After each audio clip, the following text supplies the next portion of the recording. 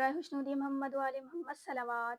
اللہم صلی علی محمد وآل محمد۔ اعوذ باللہ السمیع العلیم من الشیطان اللعین الرجیم، بسم اللہ الرحمن الرحیم، الحمدللہ رب العالمین، الصلاۃ والسلام علی رسول الکریم واہل بیتہ الطیبین الطاہرین معصومین المظلومین، ولعنۃ اللہ علی منکر فضائلہم وغاصب حقوق مجمعین، صلوات۔ اللہم صلی علی محمد وآل محمد۔ نعرہ تکبیر، اللہ اکبر، نعرہ رسالت، یا رسول اللہ، ازل سے اب تک ان کا محافظ نعرہ حیدری، حیدری، حسینیت، زندہ باد، یزیدیت، مردہ باد۔ برائے ظہور المنتقی میں ہونے حسین بابا سے بلندر صلوات۔ اللہم صلی علی محمد وآل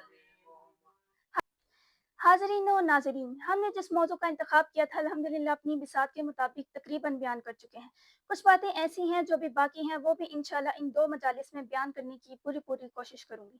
علم ایک ایسا موضوع ہے جس پر میں تو کیا دنیا کے بڑے سے بڑے علماء بھی بات کرنے سے قاصر ہیں۔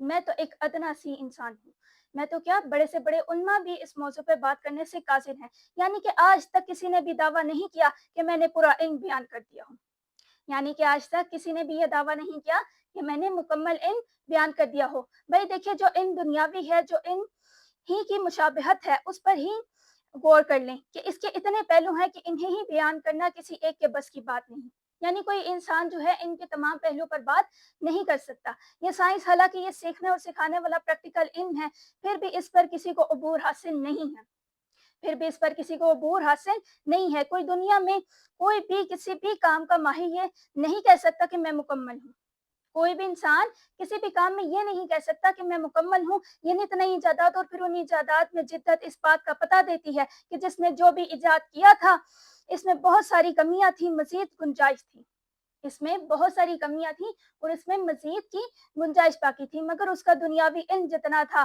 یا یوں کہہ لیں کہ اسے جتنا عطا ہوا وہ بس اتنا ہی تھا، اسے جتنا عطا ہوا وہ بس اتنا ہی تھا۔ آپ شاید سوچتے ہوں گے کہ علم دنیاوی جسے مادی علم کہا جاتا ہے یہ تو علم ہی نہیں ہے، تو پھر یہ عطا کا کیا کنسپٹ ہے، عطا کیا چیز ہوتی ہے؟ بھائی دیکھیں، ہر شے کا خالق خدا ہے، چاہے وہ نوری ہو یا ناری ہو یا خاکی ہو، علم لدونی ہو، علم مادی ہو یا دنیاوی، اس کی مشابہت تو علم سے ہی ہے نا، چاہے یہ حصولی ہی صحیح، سیکھنے سکھانے والا ہی صحیح، لیکن یہ علم ہی کے مشابہ ہے، لیکن یہ علم ہی کے مشابہ ہے۔ پروردگار نے جس نے پوری کائنات کو تخلیق کیا، اس کے علم میں ذرے ذرے کا علم ہے، اس پروردگار کے علم میں ذرے ذرے کا علم ہے، روز اول سے لے کے روز قیامت تک کا۔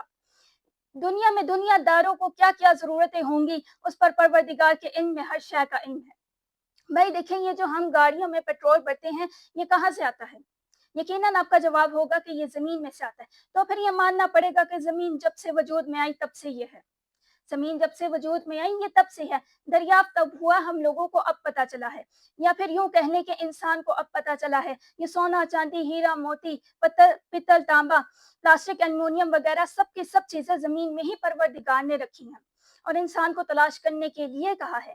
میں یہ نہیں کہتی کہ علم مادی یا علم دنیاوی برا ہے، یہ بھی ضرورت کا علم ہے، یہ بھی بہت ضروری ہے، یہ بھی سیکھنا چاہیے، پھر بات بہت آگے بڑھ جائے گی اور ہم ان بلبلیوں میں پڑ جائیں گے اگر اس کے اوپر مزید بات کی جائے گی۔ ہم نے اپنی منزل کی طرف جانا ہے، بس تھوڑا سا اشارہ کرتی ہوئی آگے بڑھ جاؤں گی۔ جو بات میں نے پہلے بھی اپنی گزشتہ مجالس میں کہی تھی کہ اللہ فرما رہا ہے کہ انسان گاٹے میں ہے، اللہ فرما رہا ہے کہ انسان گاٹے میں ہے، وہی بات پھر دہرائی دیتی ہوں کہ علم مادی میں وقتی منافع تو ہے، دائمی نہیں، وقتی منافع ہے لیکن دائمی نہیں، دائمی یعنی ہمیشہ کے لیے رہنے والا نہیں۔ یہ دنیاوی ایجادات ہمیں فائدہ تو دیتی ہیں مگر ان میں تباہی بھی ہے۔ مثلاً جس سائنسدان نے ٹی وی ایجاد کیا اس کی نظر میں اس کا فائدہ تو تھا مگر اس میں چھپی انسانی نسلوں کی تباہی نہیں تھی، یعنی کہ وہ اس فائدے کو جانتا تھا لیکن جو اس سے ہونے والا نقصان تھا وہ اس سے بے خبر تھا۔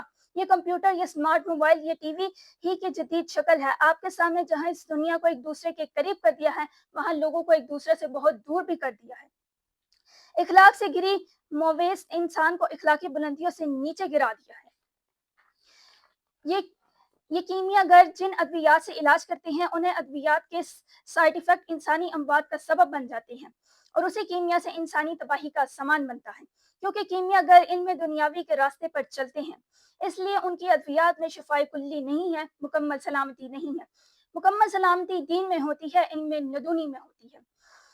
اس لیے حضرت ابراہیم نے اپنے چچا زاد سے کہا تھا کہ میرے چچا چلیے، کیونکہ جو علم میرے پاس ہے وہ آپ کے پاس نہیں ہے۔ میرے چچا زاد میرے ساتھ چلیے، کیونکہ جو علم میرے پاس ہے وہ آپ کے پاس نہیں ہے۔ ابراہیم کے پاس سلامتی کا علم تھا۔ اب ذرا میں آپ کو ایک مرتبہ پھر واپس لیے چلتی ہوں، جہاں اللہ تعالیٰ نے فرشتوں سے فرما رہا ہے آدم کو سجدے کے لیے، اور کہہ رہا ہے کہ ہم نے اسے علم دیا ہے۔ فرشتوں کو یہ حکم دے رہا ہے کہ آدم کو سجدہ کریں، کیونکہ ہم نے اس کو علم دیا ہے، اور وہ جو تم نہیں جانتے۔ ہم نے آدم کو خلیفہ بنایا ہے، اور اللہ ہی خلیفہ بناتا ہے، اور وہ جسے اپنی خلافت دیتا ہے اس کو علم لدنی عطا کرتا ہے۔ وہ جسے چاہے اپنی خلافت عطا کرتا ہے، اور اس کو ہی علم لدنی بھی عطا کرتا ہے، اور وہ علم اس دور کے لوگوں میں سب سے زیادہ ہوتا ہے، اور اس دور کے بڑے بڑے عالم جو اپنے آپ کو سمجھتے ہیں وہ اپنے نبی کے علم کا مقابلہ نہیں کر سکتے۔ حضرت عیسیٰ علیہ السلام کے زمانے میں کیا حکمت نہیں تھی، مگر لوگ پھر بھی حضرت عیسیٰ کے پاس چلے آتے تھے۔ حضرت عیسیٰ بس بحکم خدا اپنے ہاتھ سے مس کرتے، یعنی اسے چھوتے، اور وہ مرض ختم ہو جاتا تھا۔ فرعون کے دور میں بڑے بڑے جادوگر تھے جو اپنے جادو سے لوگوں کو حیران و پریشان کر دیتے تھے کہ لوگ ان کے پیروکار بننے لگ جاتے تھے، اور جب اللہ نے چاہا کہ اب یہ حد سے تجاوز کر گئے ہیں، جب اللہ نے دیکھا کہ یہ اپنی حد سے تجاوز کر رہے ہیں، تو اپنے نمائندے حضرت موسیٰ کو علم لدنی دے کر بھیجا اور اپنا معجزہ عطا کیا، ہدایت کے لیے کتاب عطا کر دی۔ اب موسیٰ علیہ السلام فرعون کے محل میں جہاں بیچنا ہی ناممکن تھا، آپ نے فرعون کو توحید کی دعوت دی، مگر فرعون جو کہ راہ صراط مستقیم سے بھٹک چکا تھا، وہ صراط مستقیم کو نہیں مانتا تھا، اور اپنے جادوگروں کو حکم دیا کہ موسیٰ پر سانپ چھوڑ دے۔ ان جادوگروں نے موسیٰ علیہ السلام کے سامنے بہت سارے سانپ چھوڑ دیے۔ ان جادوگروں نے موسیٰ علیہ السلام کے سامنے بہت سارے سانپ چھوڑ دیے۔ پھر اللہ کا حکم آ گیا کہ اے موسیٰ اپنا عصا زمین پہ چھوڑ دے، اے موسیٰ اپنا عصا زمین پر چھوڑ دیں۔ ان جادوگروں نے موسیٰ علیہ السلام پر جب یہ چھوڑے تو اللہ نے کہا کہ اپنا عصا زمین پر چھوڑ دیں۔ حضرت موسیٰ نے بحکم خدا جیسے ہی اپنا عصا زمین پر چھوڑا تو وہ دیکھتے ہی دیکھتے ایک بہت بڑا اژدہا بن گیا، اور ان کے بنائے ہوئے جادوگر کے سارے سام نگل گیا۔ یہ منظر بہت ہی عجیب تھا۔ فرعون کے تمام جادوگر بے بس ہو چکے تھے، وہ اب سوچ رہے تھے کہ ہم ناکام ہو چکے ہیں، ہم کچھ نہیں کر سکتے۔ پھر آپ وہاں سے بخیریت واپس تشریف لے آئیں۔ یہاں سے لوٹ کر آنا بھی ناممکن تھا، مگر آپ اللہ کی امان میں رہے، کیونکہ اللہ جو چاہے وہ کر سکتا ہے۔ فرعون بہت غصے میں تھا، اس نے حضرت موسیٰ اور اس کے پیروکاروں کو قتل کرنے کا حکم دے دیا۔ اس سے پہلے کہ فرعون کے سپاہی قتل و غارت کرتے، حضرت موسیٰ کو علم الہی سے خبر پہنچی کہ ان کو قتل کرنے کے لیے سازش بنائی جا رہی ہے، اور موسیٰ بنی اسرائیل کو لے کر راتوں رات دریائے نیل کی جانب روانہ ہو گئے۔ ادھر فرعون کے سپاہی ڈھونڈتے رہے، ممبروں سے بتایا گیا کہ حضرت موسیٰ اپنی ساری امت کو لے کر فرانس چلا گیا ہے۔ فرعون نے فوراً اپنی فوج تیار کی اور تعاقب میں نکل گیا۔ میں پوچھتی ہوں کیا جادوگر اس فوج میں شامل نہیں تھے؟ یقیناً تھے، مگر وہ بھی یہ جان چکے تھے کہ ہمارا علم موسیٰ کے علم کا مقابلہ نہیں کر سکتا۔ جب حضرت موسیٰ علیہ السلام دریائے نیل کے پاس جا کر ٹھہر گئے اور جب پیچھے پلٹ کر دیکھا تو فرعون اپنی فوج کے ساتھ آ رہا تھا۔ بنی اسرائیل کے لوگ ڈر گئے اور موسیٰ علیہ السلام سے فرمانے لگے۔ پھر اللہ کا حکم آ گیا، اے موسیٰ اپنا یہ عصا پانی میں مارو۔ اللہ کی طرف سے حکم آ گیا کہ اے موسیٰ اپنا یہ عصا پانی پر مارو۔ حضرت موسیٰ نے بحکم خدا اپنا عصا پانی پر مارا، دیکھتے ہی دیکھتے پانی دو حصوں میں تقسیم ہو گیا۔ پانی کی طرف ایک دائیں جانب دیوار کھڑی ہو گئی اور ایک بائیں جانب بن گئی، اور درمیان میں سیدھا راستہ بن گیا۔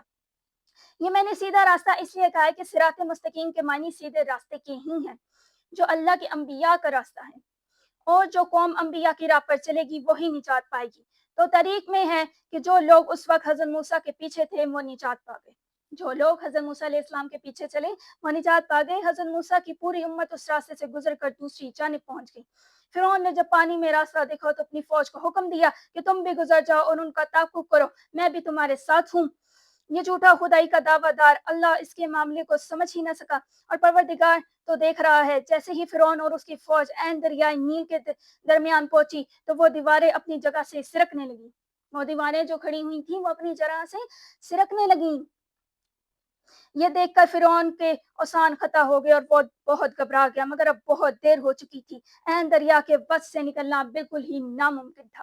بس جب فرعون نے دیکھا کہ اب موت کے سوا کوئی چارہ ہی نہیں ہے، تو پھر وہ پکار اٹھا کہ اے موسیٰ کے رب، میں تجھ پر ایمان لاتا ہوں، مگر اس وقت تک بہت دیر ہو چکی تھی۔ اس پر پروردگار کی آواز آئی، فرعون، ہم تمہاری لاش کو نشان عبرت بنا دیں گے۔ تو عزیزان محترم، آپ نے دیکھا ہوگا کہ کسی میوزیم میں، غالباً مصر کے میوزیم میں، یہ لاش آج بھی موجود ہے، اور موسیٰ کی قوم بحفاظت دوسری جانب چلی گئی۔ عزیزان محترم، کل 7ویں محرم ہے۔ ہم انشاءاللہ اپنے موضوع کو 8 محرم تک بیان کریں گے، اور جیسا کہ آپ سب کو معلوم ہے کہ شب عاشور صرف اور صرف مصائب میں ہی بیان کی جائے گی۔ مولا کی عاشورہ محرم کی تیاری پڑھوں گی، تو کل کی مجلس اور پرسوں یعنی 8 محرم کی بڑی اہم مجلس ہے۔ اس موضوع کے اعتبار سے آپ کی توجہ، آپ کا ساتھ، آپ کی رائے مجھے شدید سے انتظار ہے۔ تو انشاءاللہ مجھے امید ہے کہ آپ میری حوصلہ افزائی فرمائیں گے اور ساتھ ساتھ اپنی رائے سے بھی نوازیں گی۔ آپ کی رائے میرے لیے مشغل راہ ہے۔ آج ہماری اس سلسلے کی 6ٹھی مجلس ہے اور ہمارا موضوع علم ہے۔ ہم نے مجلس کے آغاز میں رسول خدا کی حدیث کو سر نامہ کلام بنایا تھا کہ رسول خدا نے فرمایا تھا کہ میں علم کا شہر ہوں اور علی اس کا دروازہ ہے۔ میں علم کا شہر ہوں اور علی اس کا دروازہ ہے۔ جس قدر اللہ نے مجھے توفیق دی، میں بیان کرتی رہوں گی، اور جب میرا پروردگار مجھے عطا کرے گا، میں بیان کرنے کی پوری کوشش کروں گی۔ آج میں اپنے اس بیان کا اختتام اس بات پر کروں گی کہ جس پانی نے حضرت موسیٰ کو راستہ بحکم خدا دیا تھا، عزادارو، یہ پانی میری پاک سیدہ فاطمہ زہرا کا مہر ہے۔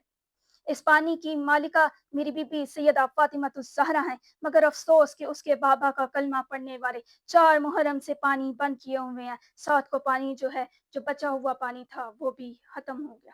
اللہ لعنت اللہ علیکم السالمین۔